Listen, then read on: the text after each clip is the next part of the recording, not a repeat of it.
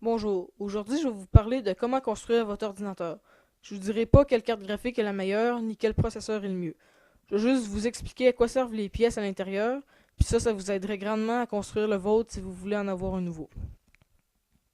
Tout d'abord, je vais vous énumérer tout ce qu'il faut inclure dans un ordinateur pour qu'il fonctionne.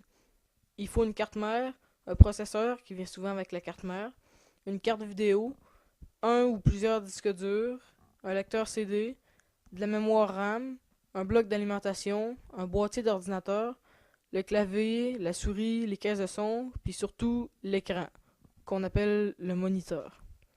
Aussi, vous pourrez y brancher des accessoires comme une carte sans fil ou des prises USB supplémentaires. Si vous vous faites un super ordinateur, vous auriez peut-être besoin d'acheter un ventilateur supplémentaire. Maintenant, je vais vous expliquer l'utilité puis l'usage des pièces que je viens de nommer. La carte mère, elle gère tout. C'est elle qui relie tous les éléments, puis elle sert à quelques petites choses de plus. Maintenant, je vais vous montrer qu'est-ce qui peut se connecter sur la carte mère. Je vais juste dire le plus important. Le numéro 1, c'est l'endroit où on insère le processeur. Par-dessus, il y a un petit ventilateur, mais dans la photo, il n'est pas là. Le numéro 2, c'est pour brancher l'alimentation électrique pour la carte mère. L'alimentation, elle vient du bloc d'alimentation. Le numéro 4, c'est les prises intégrées dans la carte mère. Ils sont situés à l'arrière de l'ordinateur si vous regardez sur votre ordinateur de bureau. Le numéro 5, c'est l'endroit où on branche les barrettes de RAM. Le numéro 6, c'est le port pour les disques durs de type IDE. Eux autres, c'est des plus vieux disques durs. Le numéro 8, 9 et 10, c'est des différents ports PCI. Eux autres servent à ajouter des accessoires.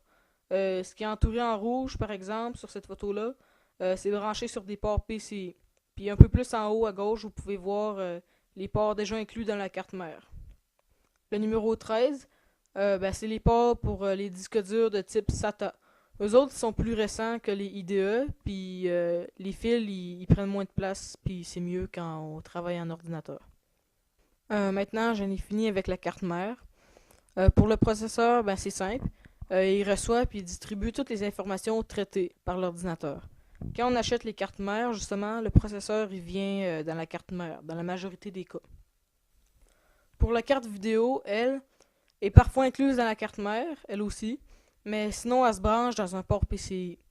On peut aussi brancher d'autres choses sur un port PCI, comme une carte sans fil, qui elle nous permettrait de se connecter à un réseau sans fil. Il y a par exemple, comme ici, des petits accessoires qui nous donneraient plus de prises, comme des prises USB. Pour les disques durs, ce qui compte surtout, c'est le nombre de tours par minute puis la capacité de stockage en gigs. Ceux de notre ordinateur d'école, ils contiennent environ 80 gigs puis ils tournent à 7200 RPM ou des tours par minute. Ça affecte surtout la vitesse de notre disque dur. Comme quand vous faites un copier-coller des fichiers à l'intérieur du même disque dur, c'est la vitesse du disque dur qui est utilisée. Il y a des disques durs SATA et IDE. Les SATA, eux autres, sont plus récents.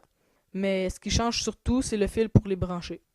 Les lecteurs CD, c'est important. Si vous jouez à des jeux ou que si vous voulez installer un système d'exploitation, je vous conseille surtout CD et DVD parce que si vous installez Windows 7 par exemple, le CD va être sur un DVD parce que les DVD, eux autres, ils ont 4.5 GB à 8 GB de stockage pour les doubles couches, tandis que les CD normaux, eux autres, ils ont juste 700 MB de stockage. 700 MB, c'est environ 7 dixièmes de giga. Pour la mémoire RAM maintenant, en bref, c'est une mémoire rapide qui est utilisée par les différents programmes, puis elle stocke les données qui sont utilisées très rapidement ou souvent.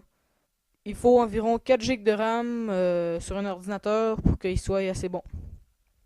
Maintenant, le bloc d'alimentation.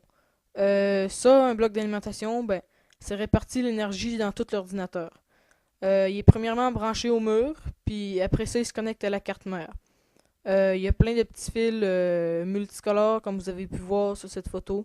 Eux autres se connectent sur les lecteurs CD, les disques durs, la carte graphique, puis les autres choses qui consomment de l'énergie. Plus votre ordinateur il va consommer d'énergie, plus ça va vous prendre un meilleur bloc d'alimentation. Finalement, le boîtier de l'ordinateur, lui, il contient tout ce que je viens de vous parler. Il en faut des spécifiques pour la quantité de choses que vous voulez mettre dedans. puis aussi pour le choix des prises frontales qu'il y a à l'avant de l'ordinateur. Aussi, il y a le clavier, la souris, les caisses de son puis le moniteur. Eux autres, faut pas les oublier. Pour la souris puis le clavier, c'est simple, ils se branchent dans les prises USB. Pour l'écran, le plus souvent, ils se branchent dans une prise VGA, comme les projecteurs dans les classes. Puis pour les écrans HD, il faudra une prise HDMI. Eux autres sont souvent utilisés par les nouvelles télévisions à écran plat. Les écrans, eux autres sont généralement branchés sur la carte graphique, qui, elle, est branchée sur les prises PCI de la carte mère. Une fois que tout votre matériel sera installé, ce sera le temps de configurer votre matériel dans le boot menu de l'ordinateur. Ça peut souvent être compliqué. C'est pour ça que je vous conseille d'aller voir un expert ou d'aller sur Internet vous renseigner. Vous pouvez faire aussi monter votre ordinateur. Tout ce que je viens d'expliquer, en fait, c'est pas assez pour que vous commenciez tout de suite à l'assembler. Il vous faudrait, par sécurité, l'aide d'un expert pour savoir si toutes vos pièces y sont compatibles entre elles, avant de les acheter même. Je vous conseille aussi de toutes les acheter à la même place, comme chez Accès électronique. À la fin de mon billet, juste en bas, j'ai mis un lien vers le site web d'Accès électronique. Au revoir, mon billet est enfin fini. Puis j'espère que je vous en ai appris beaucoup puis que je vous ai intéressé à vous construire un ordinateur.